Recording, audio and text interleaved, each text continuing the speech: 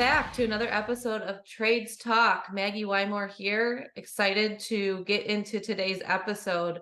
We have a guest on today's episode, Andrew Kraft with Site Landscape. He is the current CFO of Site Landscape. And Andrew was a specific target for us to have on the show because of not only what he's doing right now in his role at Site Landscape, but also because of his extensive resume, specifically as an entrepreneur. And Justin, I know that you were the one who brought Andrew to me as a possible guest. So what are your thoughts? Yeah, thanks, Maggie. I've known Andrew for quite a few years now. We've got to know each other at these landscape conferences we all go to. And I've just been really impressed with his perspective on the industry, especially with his finance understanding, which I think is something we all struggle with from time to time. Look, I'm Justin. I'm with K&D Landscaping. I'm the CEO over here on the West Coast. And today's episode, we're going to be talking all about technology, data, growth, finance, software. We're going to dive into how site landscape development grew from 20 million to 40 million in the last 4 years. We're going to be talking about EOS and doing a deep dive into what that system offers and what that methodology can bring to your company.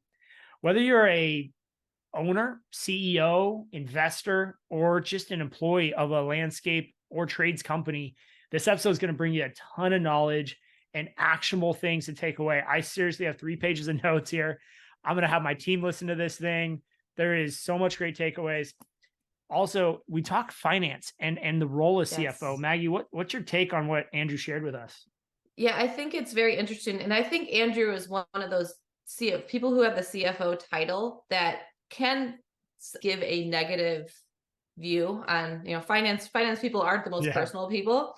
Andrew's not that person. He's very personable. They call him the chief nerd officer at his company, which I thought was funny. But one thing that I think he shared that was really important is what financial information do you share with your employees? And when does a company need a CFO? And how much are you spending on technology? What data you're reviewing? So I think that the conversation is beneficial for wherever you're at the company and where you're looking to go, because opportunities are endless. He wraps it up. Definitely pay attention to the end of the episode when he speaks specifically about how much money and how much percent of revenue you should be putting and investing in certain areas. And also what external factors have led to site development's growth. So the booming Dallas market and how they're going to continue to grow once that boom kind of more dissolves. So great episode here. Justin, anything else before we dive in? Yeah, I love how they have their maintenance and construction elements of their company working together to convert a lot of their construction clients into paying maintenance clients. He talks about how he does that. And I think a lot of our businesses operate in that same capacity. So without further ado, let's launch into the conversation with Andrew. Yeah, let's get to it.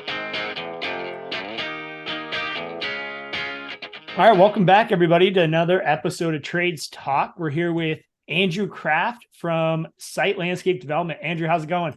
Going fantastic. How are you? Doing fantastic as always. Maggie, welcome to the show. I'm here. Happy Friday, all. Recording on a Friday of a holiday weekend. I'm pretty excited. So. Woohoo. Yeah, we're all pumped up. So Andrew, give us a little background about, what do you do at Site Landscape Development, and, who are you and what are you all about? Yeah, so officially I'm the CFO here. So it's Site Landscape, and we're 30 million-ish revenue commercial landscape company. Half our business is new construction and half is maintenance, just all here in the DFW area. Yeah, again, officially I'm the CFO. Unofficially, I am the CNO, and that would be the chief nerd officer. A lot of this finance stuff comes a lot of technology, and that seems to be what we're messing with a lot recently. Is that self-can turn, or is that something that one of your team members gave to you? Yeah, it's an endearing term from my team members, but it's Quote, fine. unquote. I embrace it. Yeah. Awesome. Well, how about, besides that, you have a pretty impressive resume. Part of the reason we wanted to have you on, very entrepreneurial mindset, done a lot of great things in your past, still doing some really cool things, I would say, on the side. So why don't you tell our listeners a little bit about your past, what you're currently working on outside of the site landscape side of things? Yeah, I definitely have that entrepreneurial curse for ever since I was young, many years, decades ago. I just had a regular job at Merrill Lynch, and there was this video game distribution company for sale. And just a long story short, I ended up doing somehow finagling a leveraged buyout to buy that company. And I was 24. I had no idea what I was doing, no idea how to run a company, and just jumped right into the fire. And that was a 40 million revenue distribution company, 50 something, warehouse, employees, and just right in the fire. Day two, the CFO quits because he thought the owner was going to give him the company, and just it's been nonstop, since then. So ran that for some years, sold it to a DVD distribution company, started a home building company in 2007. Could have been the single worst time in U.S. history to do that. A year earlier or later. You said it. Yeah, a year earlier or later, I might still be doing that. That wasn't fate's plan. So after that, I stayed at that DVD distribution company until like 2012. Had a small e-commerce company. It was a huge disaster. And then I bought a commercial fence company in Dallas. So it was Titan Fence. Ran that for a few years, and that's where I stumbled on this thing that I'm pretty good at. You got these relatively low technology, blue collar type companies, and bringing some technology and basic systems and processes. Did really well at that company. Sold it in 2018. Was looking for something else to, start or buy. Got connected with a guy that owns Site Landscape. Ended up, he said, "Can you just come help me do the stuff you did at the fence company here?" Because at the time, maybe 20 million revenue, really no technology outside of QuickBooks and Excel. So that was, pretty impressive. They could, even do that. But at that size, things were falling apart. There were problems, and hard to keep track of everything. Just all the reasons. So I started doing that maybe end of 18, beginning of 19, something like that. And then the next thing you know, it's 4 years later, and I just love every minute of it. So, we did Aspire implementation and Acumatic implementations and IPS, and it's fun because I get to basically, it's hard to say it's work because I get to play with all this stuff all day. So that's me in 2 minutes. Nice and concise, but also what an interesting background. I think as I listen to that, one of the things that jumps into my head is bought and sold. So many people buy and hold, and they have this issue with selling. How did you get to that point where you were comfortable selling a company and then another and another, and continuing that entrepreneurial journey that I think a lot of us maybe are a little scared to do, and we hold on to things a little tighter than you have? 2 out of 3 of those, I won't tell you which one, you might be able to guess, were not sales where you grow it and then everything is great and then you sell it. So the video game distribution company, like even in 06, 07, the distribution of physical packaged media, like CDs, things like that, were already going away. So that was a very tough, very low margin business. So, reason most banks don't do leverage buyouts on distribution companies because the margin's so low. So that thing was super leveraged. It was very challenging, to run. So when I sold it to the DVD distribution company, that was our only option to keep that company in existence and keep the employees employed.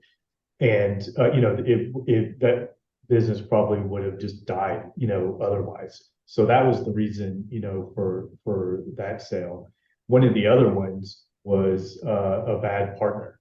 Caught him doing jobs on the side, to a big number. So you got 2 years, of a lawsuit while you got to manage the business and figure out how in the world to work all that out. That was super challenging and definitely took some years, off my life. Only one of them was a little more traditionally build it up, grow it, and then, sell it to to somebody else. So yeah, most of the ones I've had were not quite the fairy tale build it, and then when you grow it and then decide to sell it. Yeah, I think that's good for people to hear too, because some of us think just it's all sunshine and roses out there, and you grow a company and sell it, but there's a lot of challenges and failures you have to go through. And it sounds like you've learned a lot in the last couple decades of this entrepreneurial journey you've been on. Yes. You could say that. Remind me. Yeah, for sure.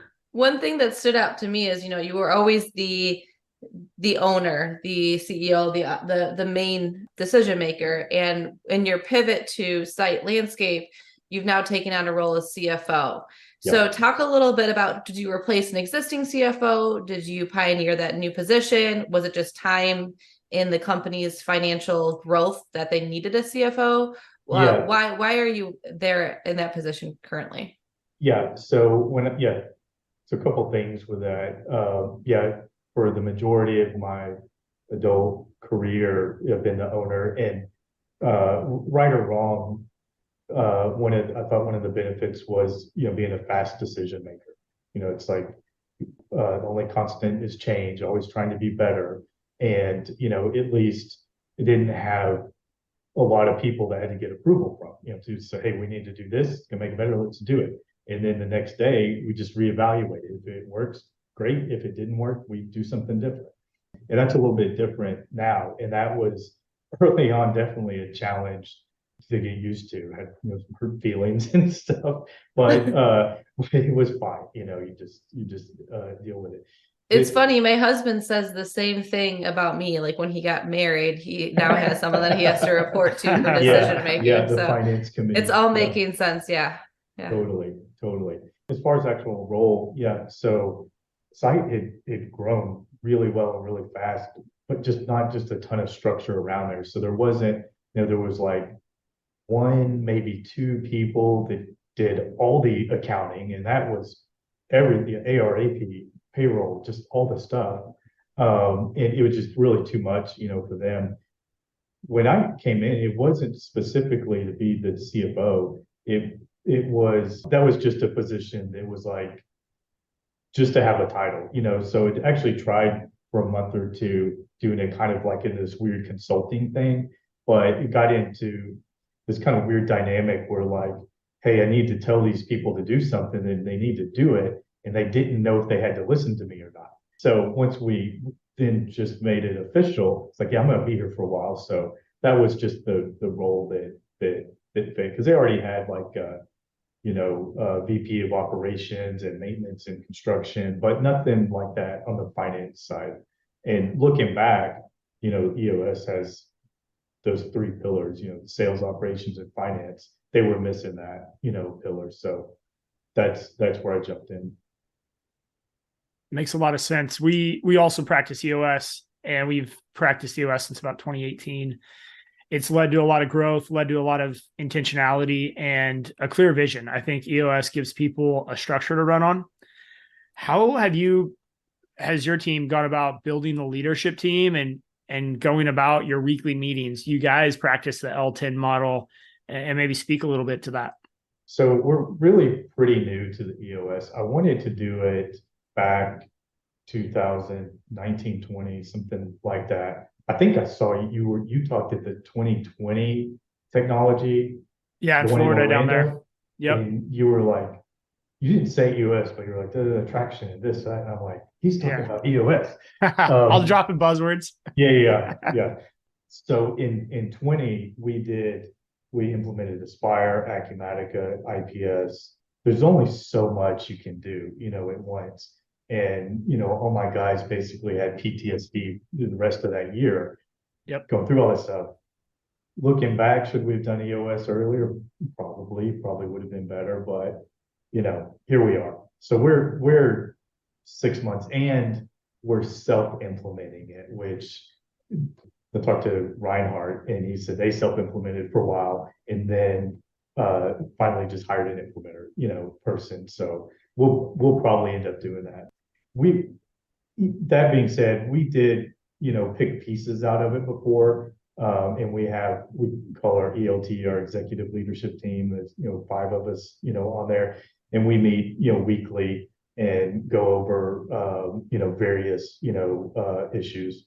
We have, sometimes divisional issues and finger pointing between divisions and stuff. In that meeting specifically helps resolve those type things. Yeah. Yeah. Construction and maintenance don't get Don't along.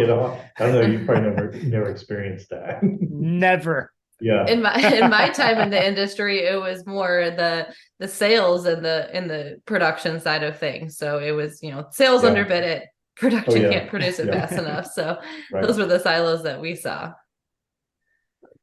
I was gonna say, in a short time of implementing it though, like what big change besides removing those silos, what big changes has it made to allow the business to grow and move forward?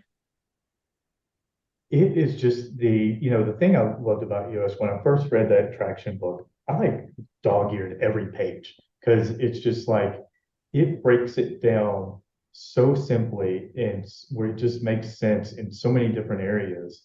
It just gave us the very basic structure, like we've gone through like an org chart before, and you have, sometimes issues when you're doing that. But doing it the accountability chart way EOS does, it removed some of those org chart, who's reporting to who issues, and focused more on who is responsible for what thing. Yeah. And it just kind of shifted the focus. That and then what is effectively the L10 meetings with all the different divisions, we would have guys that they'd have a meeting, which was great, but no agenda, just kind of random. Sometimes things get addressed, sometimes they don't. And then now the meetings are more efficient, so they're half the time they used to be, and they're just much more, structured. They go through the agenda, they go through the goals or the rocks or whatever, and that's it. Yeah, I think that's really important. So in my time when I was implementing Aspire, because I was one of those people that created the PTSD for a little while,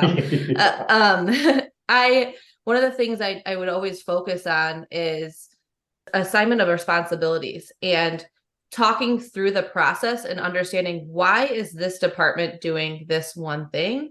Why is the office approving hours when the production is closer to the hours? And realigning those responsibilities creates a lot more clarity and a lot more less frustration and in my opinion, unnecessary meetings. Totally. Do you say unnecessary beatings or meetings? Both. I mean, depending where you're at, both. That must be EOS premium. Yeah. Well, we found EOS just gives us a blueprint and a roadmap to work along, whether it's having our quarterly planning sessions or it's having our weekly meetings, or even it's having our one-on-one conversations. It's just given us that roadmap. And we've used it since we were, 3-4 million and still use it today when we're triple the size. And you guys are obviously a large company using it. Now your company, your software company uses it. So it seems like EOS is becoming more and more popular. I was going to ask, are you guys using any type of software to manage the operation of EOS? There's some softwares out there. Not yet. Again, we're pretty new to it, and I'm really getting all the guys in the rhythm of the meetings and all that kind of stuff. We're not using any specific software for EOS yet. I've looked at them, but we're not quite that far along yet. Yeah. Once we really get rolling, I imagine we will. Do you guys use one? We do. It's really helpful. We didn't for the first 2 years, and we just kind of created our own rhythm and off the book. You can kind of implement it off the book pretty well, I thought. But as we started to get our software in now, just like you have your data management software for your operations in ERP, EOS software, and there's a few options out there that, 90IO is probably the most popular. Mm-hmm. But what you do is you have a platform everyone can drop headlines into, people can manage their KPIs in that, everyone can manage their rocks and to-dos in that, and then all the issues live in that. So every week we look at issues, but every quarter we look at what's called our parking lot, where we've sent issues to lay on the VTO, the Vision Traction Organizer. And everyone who listening is like, they're going to understand these acronyms. Others wonder what kind of language we're speaking. every quarter we pull up these parking lot issues, and honestly, it's how we have implemented Aspire. It's how we have implemented these other big challenges is through the EOS model. And without EOS, I don't think we would have made those changes and implementations because we just didn't have any accountability before that. Yeah. So that's a big deal for us, is the accountability that EOS brings. Totally. I think the last thing that mentioned, just the VTO. So I realized twice, fairly recently, I think about the company's direction and strategy and what we're doing close to 24 hours a day. I mean, it is just I live and breathe it. With our ELT team, we talk about it quite often. You know, what we're doing, and we're growing, whatever, and didn't realize it kind of got siloed or isolated with that, and wasn't getting that passed down to the rest of the company enough. And there were two cases where an account manager or something share a perspective about what they thought was going on with the company that was just way off. And so it took that event to help reinforce like what specifically what the VTO, you know, does. Say, hey, here's our plan, here's what we're about, here's what we're doing, and then share that with everybody. So that's just been huge for us. Yeah, I think the VTO, so vision is something we talk about. And I think the VTO gives you a blueprint to create a very simple vision. I've helped a lot of companies that are just friends of mine. I've given them the VTO, I've sat down with them, and in 2 hours, we can fill that thing out. Yeah. I'm like, well, congratulations, you have your business plan. And it's the same business plan that I've used to take our business to 8 figures. Yeah. So it's really simple and really easy. I was talking to someone the other day in an interview who's interviewing for us, and I asked why they were leaving their company. And they said, oh, I don't know where our company's going. I think I've hit the ceiling and we're not going to grow anymore. I don't know the vision. It's unknown. Yeah. And I just thought in my head, man, if that competitor knew about VTOs and knew about EOS and they shared it with their team, they probably would be retaining this employee who's a star.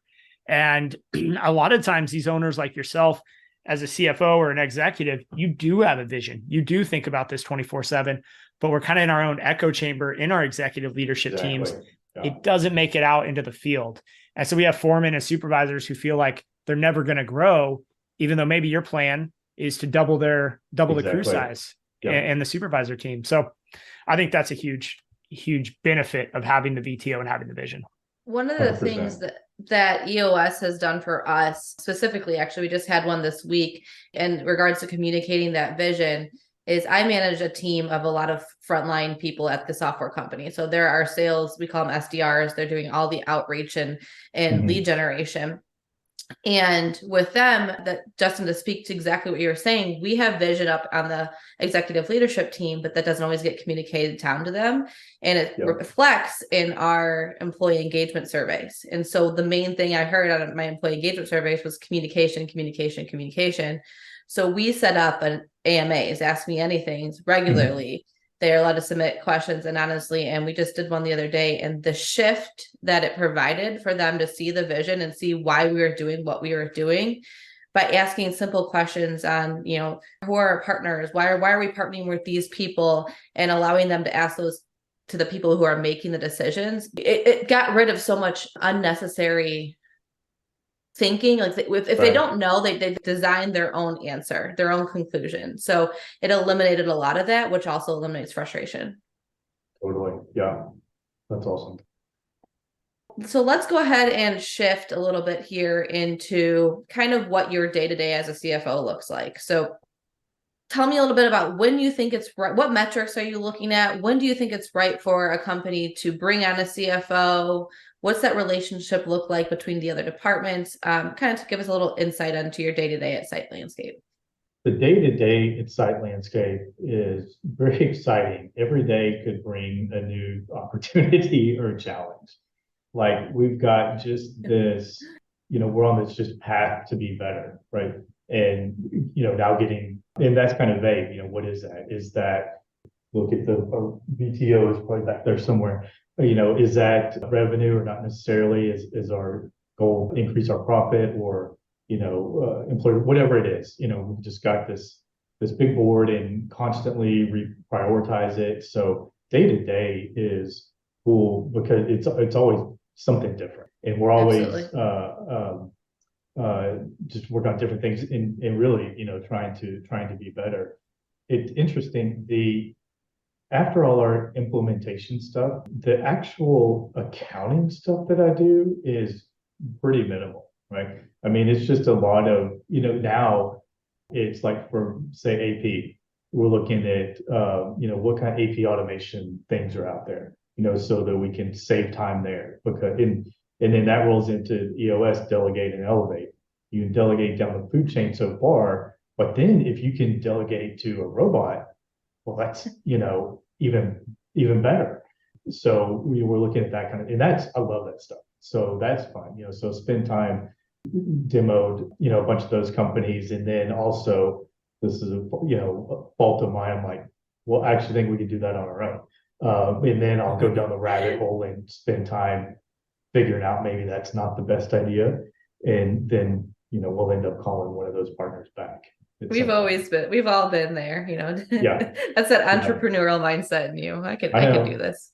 Yeah. And so like HR. So a lot of the stuff that I do is focused around technology, right? And so our payroll partners, Innova, fantastic. We love them. Always getting better. Now they have much tighter integration with our accounting software. So what used to take 10 minutes or 20 minutes to do, a payroll journal entry now is 30 seconds, something like that.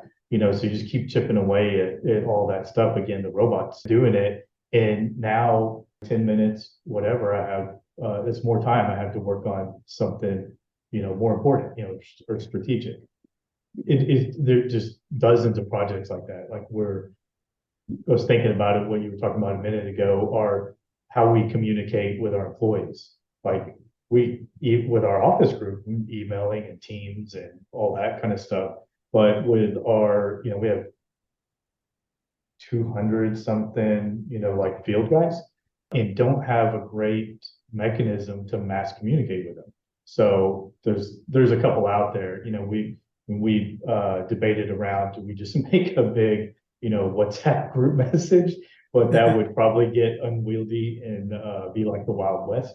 So there's some like text message, mass text message services that again integrate with our payroll company, and we can do that. So it's that kind of stuff. The other big one that's really focused on now is all this reporting. So we have, after our year of integration, we have 2-3 years of data in Aspire. We have data in Acumatica, or accounting system. We have payroll data, IPS Innova. We have, I don't know, I'm sure we got data. We have GPS data in, Verizon. We have, this was one I hadn't even thought about. Toll tags. We spend, I mean, it was like $14,000 a month or something in tolls. And I'm like, I knew it was a lot, but I didn't even realize it was that much. So now, basically we use like Power BI, and now we're bringing that data from all the different places. And it's almost funny, first world problems, because yes, of my, 2 or 3 giant monitors, I could put one here and one there and one over there, but it's nice to have it all in one place, right? Yeah. And we pay for all this technology, it should work, pretty good. But we've been on this just big mission with Power BI, getting the Aspire data and Acumatica data, fuel data. I mean, we spent an insane amount, on fuel and toll tags and all that stuff, where it's easily digestible, because a lot of that data can get overwhelming really fast. But if we can make it digestible, where then our guys can make actionable decisions on it, is really what we're trying to get to. I mean, the reports are cool and I love them, but we're not doing anything with them. What we're good on. Yeah. You have to definitely digest which levers to pull in which situation, so that can do that real time and utilize the data that you're getting, but not overwhelm people with it. Pretty cool. Yeah. Yeah. I think data is one of those elusive things that everyone talks about, but it's not something you can point to and be like, there's, I know what a F-250 looks like, but what does data look like? And we use it as such an interchangeable term. As we continue to grow our businesses and implement technology, we have this issue where we have more and more data piling up. We have more and more data coming in. And I've noticed our teams actually start to get distracted by looking at their KPIs and get away from the behaviors that they need to be focused on to find success. So instead of thinking of, all right, I need to be scheduled out 3 weeks with the crews. I need to have all my materials. I need to make sure I've got my equipment lined up. I need to communicate to my clients. They're just looking at their gross profit margin and their labor variance and saying, well, it's green or it's red. And what are we going to do about this? Sometimes I feel like there's a disconnection between the data and then the behaviors that need to actually change to improve that data. 100%.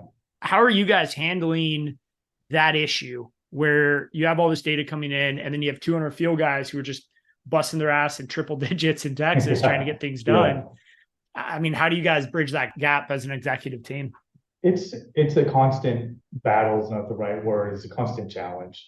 And we go through it. So what we experience more is they'll say, I might come up with this spreadsheet or something, that KPI that I think is the best thing ever, right? I mean, let's just solve all our problems and then give it to the construction guys or whatever. And they're like, this doesn't work because of X, Y, Z, right? And then back to the drawing board. And it's just this, for us, just this constant cycle of, testing things and, hey, does this work? Or does this not, not work? The other piece of that that I struggle with a lot is we want to get, valuable data, but not if it causes them too much work to collect the data and then the value that data produces is not valuable, we don't want to create extra work. And that's happened before. So always try to be aware of the effort to get the data or use that report worth the value that we get out of it. Then as far as the people, that's another huge challenge. And we haven't done it too much yet. I'm hoping I can work that into EOS stuff. But we'll set up a system and then the guys can figure out how to work it, right? Because if they're only measured on the green light, then why do anything else, right? That's to get the green light and get my bonus. Why do I care about, this other stuff? So I don't think you can just metric everything. At some point, you get into, maybe it's the EOS GWC, right? Like, are they also a team player? Can you speak to the GWC? I think that's one of my favorite things about EOS. And I'm sure not very many people understand what that means. So GWC is part of EOS has the people analyzer. So basically the people analyzer, you have, your person or people on the side, think of a spreadsheet. And then across the top, you would have, your 4 or 5 core values. And then at the end, GWC, the get it, want it, and capacity to do it.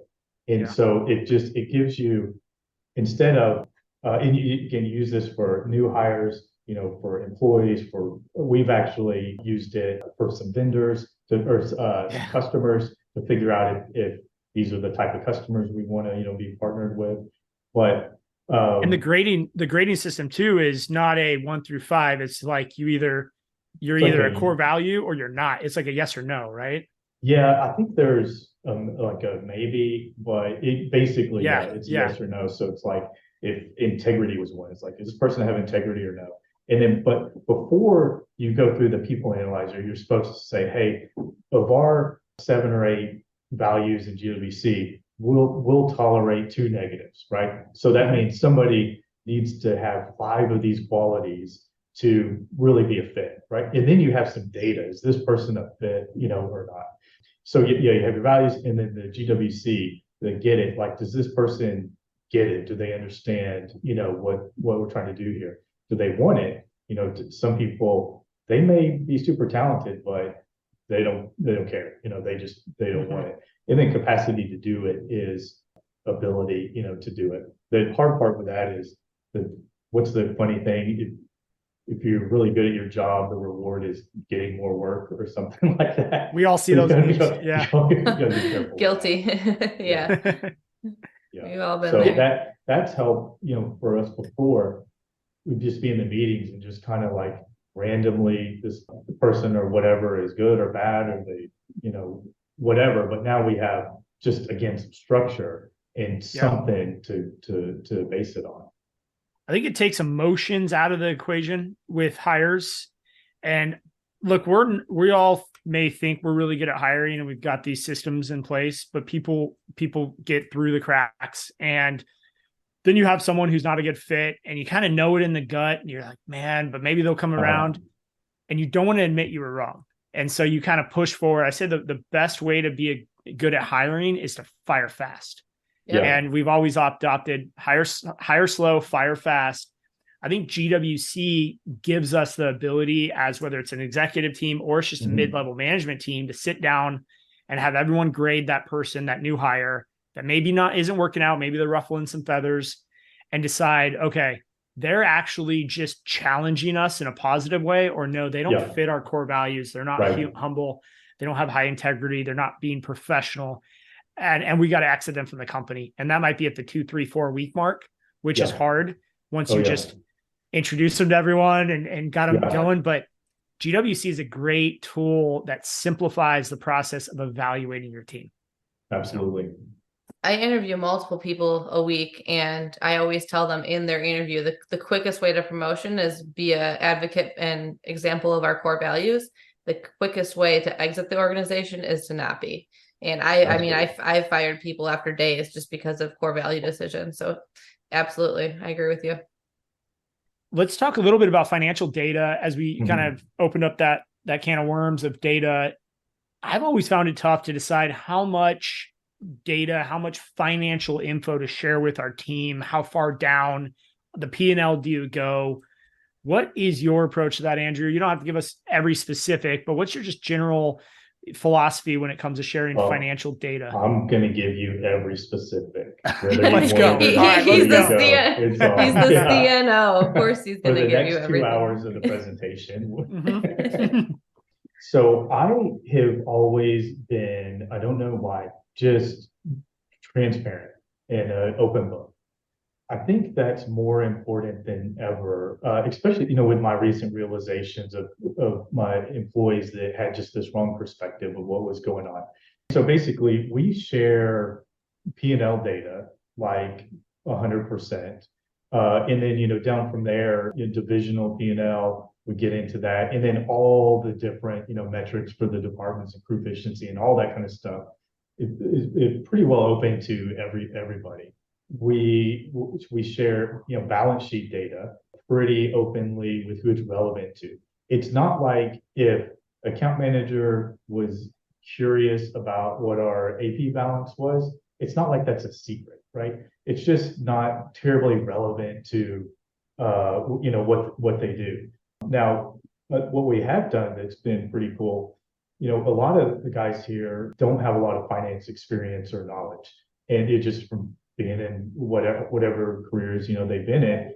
And so we've done some like finance 101 classes, right? Just some understanding, hey, what's the P&L? What's a balance sheet? How do they relate to each other? What's cash flow? What's it mean, AP and AR, all that kind of stuff. And that's been really cool. Just to, not a lot of places do that. And just a little bit of education. I think it helps them grow. Yeah. Probably. I'll just add on that. It also is, I think, a requirement if you are going to share financial data, is you educate your team about what you're sharing. Because like you said, there isn't a lot of day-to-day knowledge when it comes to what is gross profit. And I've noticed what I always say, your team, they'll think the gross profit is the net profit unless you tell them what it is. Yeah. Which is super dangerous. Yeah, absolutely. Yeah. Yes. So the other thing we ran into is when we were looking at divisional profit, it was a great exercise to go through because it wasn't what we thought it was. We thought one division was the more profitable, when it turned out it was the other way around. Because at the gross profit level, you didn't see that.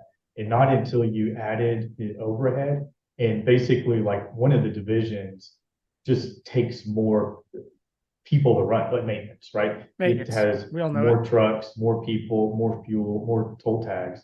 So when you added all that overhead onto it, it flipped what our perception was before that. So, but again, we're open with that, kind of, again, all in the same team, trying to do the same stuff. I know some companies are apprehensive about sharing that data, but we're not like that. Usually they're apprehensive to share that data when there's something to hide. I talk to Yeah. hundreds and hundreds of Mhm. companies on a daily basis, specifically about their financial data, about their processes. And the ones that have things to hide are the ones that don't share their data. In the same frame of mind, though, you talk to people in the field not knowing those things.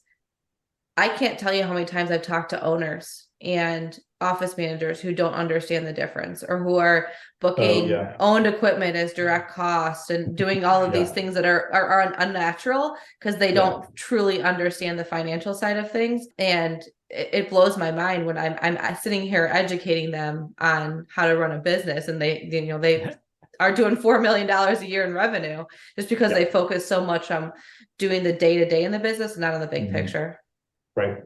I think that's a big issue with our industry. And one of the things I've done is I've sought out coaches who can help me with strategy, but can also educate me on a balance sheet.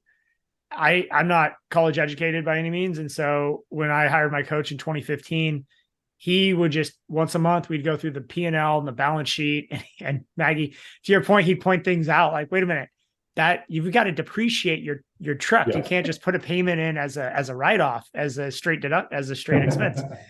I learned so much from him while also improving our business. So I think if you are struggling out there with finance, there are people who can help you with that, and it's not super expensive.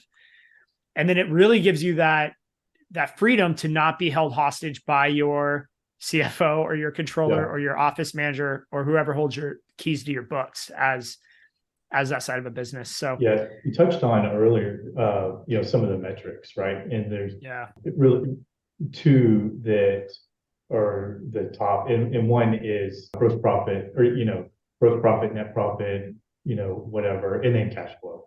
Mhm. Between those, you get those two settled, and then you've got time, to figure out all the other stuff.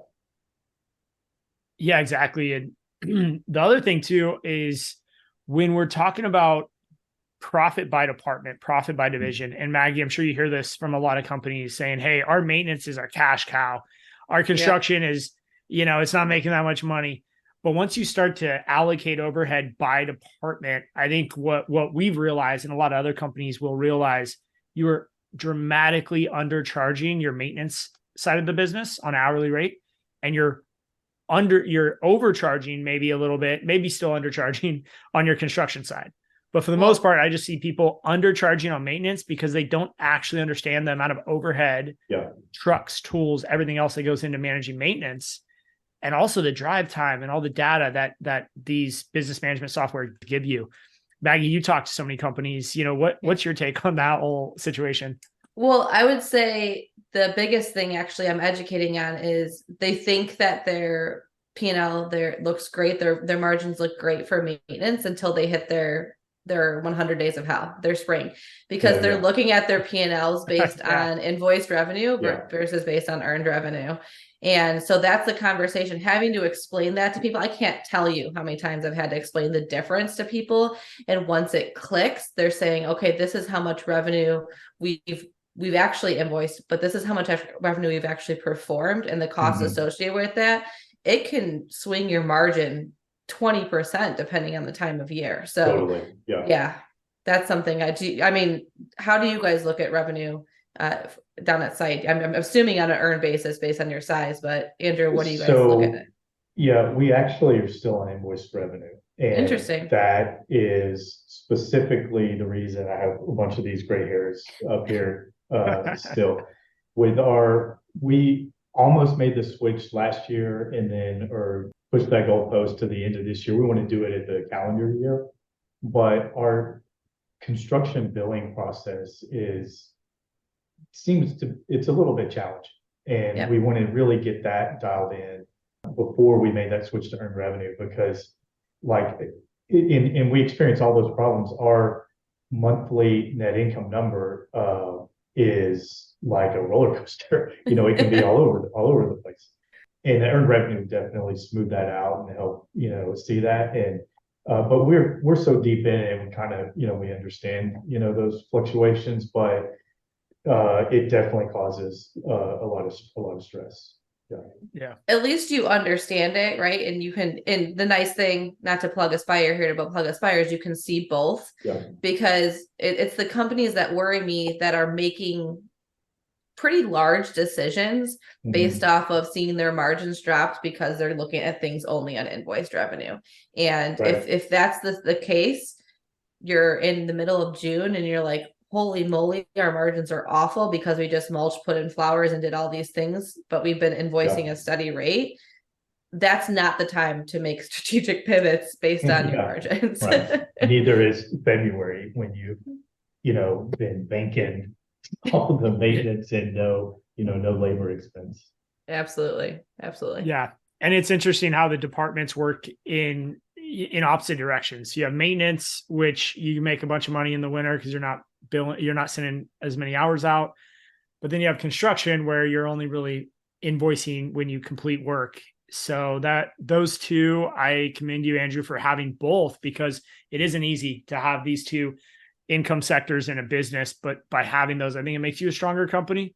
And we are kind of getting to the end of the show, but I'd love to hear just quickly, how have you guys grown? It seemed like you joined the company when you were about 20. You mentioned you're closer to the 40 mark now. It sounds like quick growth in the last 4 years. Can you speak a little bit on that, as far as, is that mostly construction? Is it maintenance? And where's that coming from? How's that manifesting itself?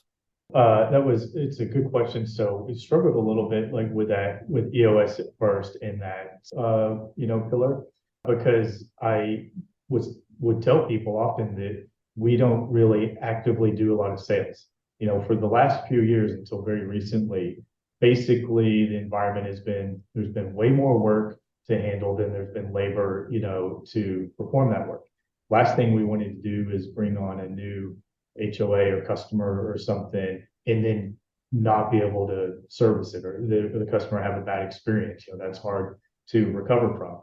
But really, where our business comes from, we do, half of it is new construction. And so we're bidding and estimating, all those jobs. And we have really good relationships with a bunch of GCs around here. And, we get those jobs, put all the landscape in, and then we'll do the maintenance usually for the first year, cover the warranty, all that stuff.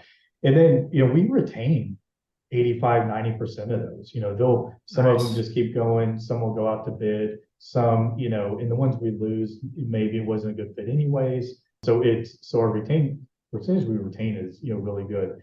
And then, just the organic base of customers we have now, HOAs or buildings or whatever, these property management companies that are running it, well, they have other properties too. When we do a good job there, like, hey, can you do these other properties for us? I'm like, yeah, sure. That speaks so much to your team's customer service side then, because if you're doing a great job on the install, they want to retain you for the maintenance. They like your operation, they like your core values. Yeah. If you're doing a good job on maintenance, you're going to get more of it. So it sounds like really the key to your guys' growth is just do a really freaking good job for your clients. It is. And I won't discount, though, being in DFW is, just been one of the hottest markets. There's been just so much. Yeah. I can see like 4 cranes just from my office. There's stuff going up everywhere. That's probably not going to last forever. So at some point we may actually have to go try to sell something if we want to maintain our growth trajectory. Totally. But that road work out there is horrendous. Oh my gosh. Yes, it is. There's a lot going on, but yeah, good stuff. Hey, so one of the things we like to do on this podcast is share some secrets, something you can't find in a book, something that people aren't going to go learn maybe at a conference on a keynote, something that really is just raw coming out of these conversations. Is there anything over your career that you found that has given you a leg up or an advantage or a secret that you'd like to share with our listeners out there? The one thing that comes to mind, and it's not as much a secret, and I don't know that this is a superpower or a curse, but in every single venture that I've been in, I've even back 25, many years ago, it's technology. And I know that's really not a secret, but that's just the one thing that came to mind. I mean, and there's so much of it out there now that it's making a lot of these other things easier. It is to start a business and do these things now is much easier than it was even 5, 10 years ago, right? Yeah. I mean, I remember back when the Pins company in 2015-ish, there wasn't all this scheduling software and all this stuff out back then, or it was in the infancy, right? That's really it. That's what comes to mind. Just embracing all the technology. Ballpark figure, and this is a conversation I have with people quite often, is how much money should we be spending on technology? Because this is music to my ears right now, being someone in the technology sector who also comes from the landscape world. But how much money percentage wise to your total top line revenue do you feel like you should be spending on with technology? That's just a fantastic question. And we saw the software industry evolve over the last decade. You know, think about Microsoft Office. You used to could like buy 2013 version, right? And then you just had that forever.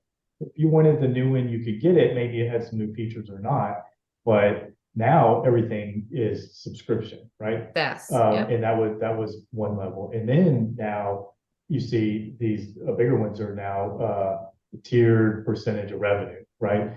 It's great because it aligns your interest. You know, if you're doing better, the software company is going to do better. So it is getting shockingly more expensive, but it's much more capable, right? I mean, if you look at what it does, and one of my guys here, when we were debating the landscape software implementation, you know, because it's a big investment for us compared to we had QuickBooks before, which was a few $100 a year, right? Yeah. Is like, okay.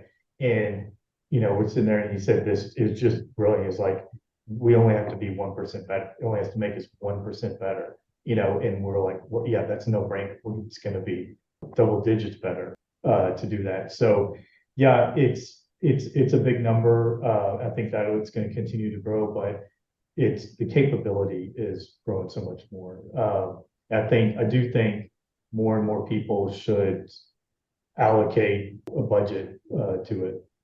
Yeah. If there's a landscape company out there who is on the bubble of implementing landscape software, and right now they're working on Excel spreadsheets and QuickBooks and how we all used to do it, I've noticed there's just this final, and Maggie, I'm sure you know so much better than I, but I've noticed from conferences, people, they get so close to the finish line, and then whether it's the price or it's the lift or whatever it is, they just punt the ball down the field, say, let's do it at calendar year end. And then that comes and goes.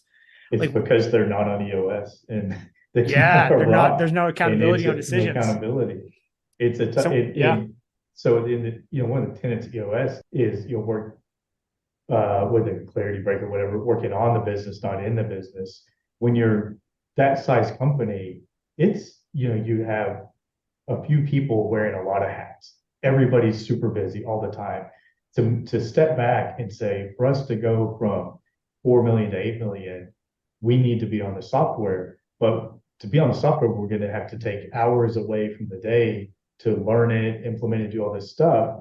It's the old adage, you got to take half a step back to take 5 forward, right? Mm-hmm. And that's hard to do for a lot of smaller companies. Absolutely. Yeah. One of the things that you touched on was it's getting more expensive, but it's getting more capable. And I have people that come to me all the time, very tight-knit industry. My buddy is paying less than you're proposing me for software. Mm-hmm. And my conversation with them is, well, the software is a lot further evolved than when your buddy signed up 5 years ago. Yeah, exactly. And I relate it to an employee, right? If you have a brand new employee labor in the field, as they become more and more capable, you pay that employee more and more. That's right. You move them up, you pay them to be a supervisor, you pay them to be a manager, you pay them to be on leadership team. As skills develop within software, it's the same thing. Totally. Yeah. Andrew, Awesome. you've shared so much knowledge with us So today. much. I've got a bunch of notes myself. I'm going to take back to our company. Thanks for sharing all that knowledge, man.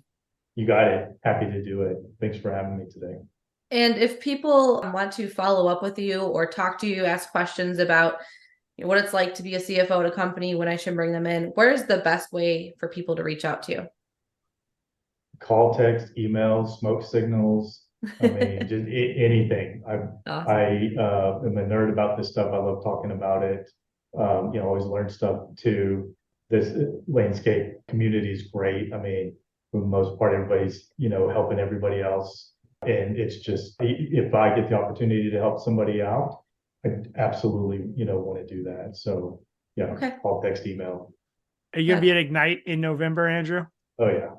Oh, Vegas. Yeah. Yeah. All right. Well, we'll all be there. So if you want to track Andrew down, you got to go to Vegas come in find me November. Vegas. Yes. Absolutely. Plug for Ignite. Love it. Love it. We'll also include Andrew's contact information in the notes for the show if anyone wants to reach out to him that way. But Cool. thank you so much, Andrew, for joining You us got it. today. And let's keep talking to the trades and trading those secrets. Sounds good. Have a good one.